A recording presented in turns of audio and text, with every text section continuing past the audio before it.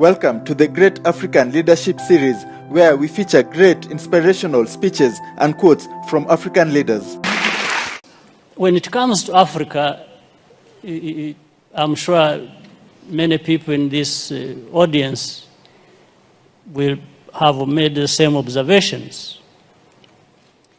I think we must take responsibility and accept our failures in dealing with these matters. For example, relating to what President Obasanjo has just said, on the case of Boko Haram, or you can use that for many other cases. For me, when I'm watching on television, and I find our leaders who should have been working together all along to address these problems that commonly affect their countries, wait until they are invited to go to Europe to sit there and just,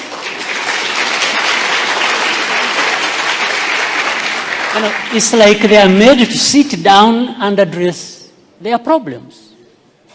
Why does anybody wait for that? What image does it even give about us, about Africa? In fact, the image it gives is that we are not there to even address these problems. We are there for a photo opportunity. We are happy to sit there in Paris with the President of France and address and just talk about addressing problems. It doesn't make sense that our leaders cannot get themselves together to address problems affecting our people. It doesn't make sense. Of course, I'm saying this painfully. On the other hand, that I look forward for the time when I can be like the two former presidents. I think they are more free to say things than I do.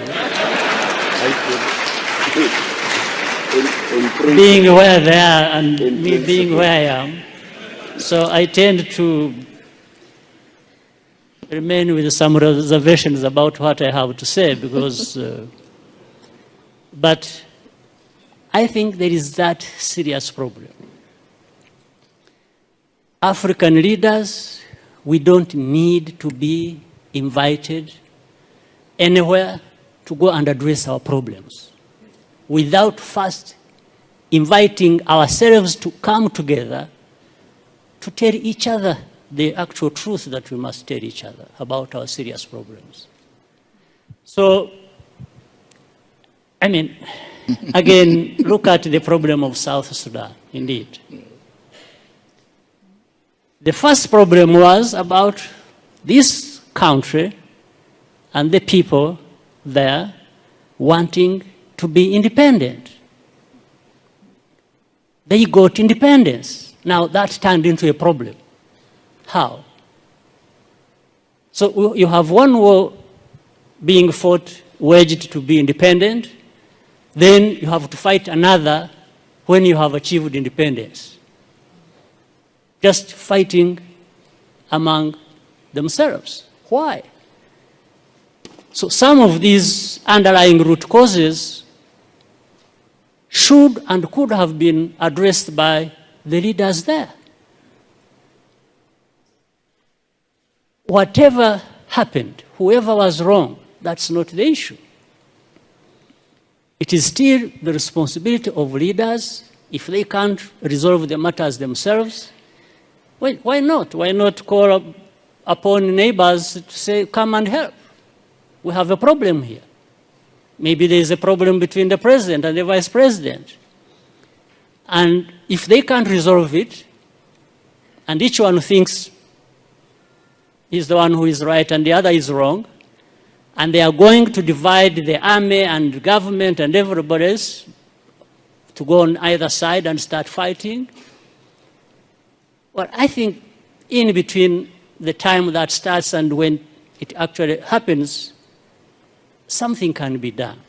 But it has to be leaders to work towards that and avoid the catastrophe that like we are seeing or have seen or that has already happened in South Sudan. But of course, the unfortunate part is that the most majority who suffer are the innocent people who have nothing to do with it. Women, children, and even many men are innocent in that situation. So this is, I'm not giving answers, probably I'm raising more questions than, or adding to others that have been raised. So for the time being, let me stop here. Thank you. Thank you. Share this video with friends and family to support the channel.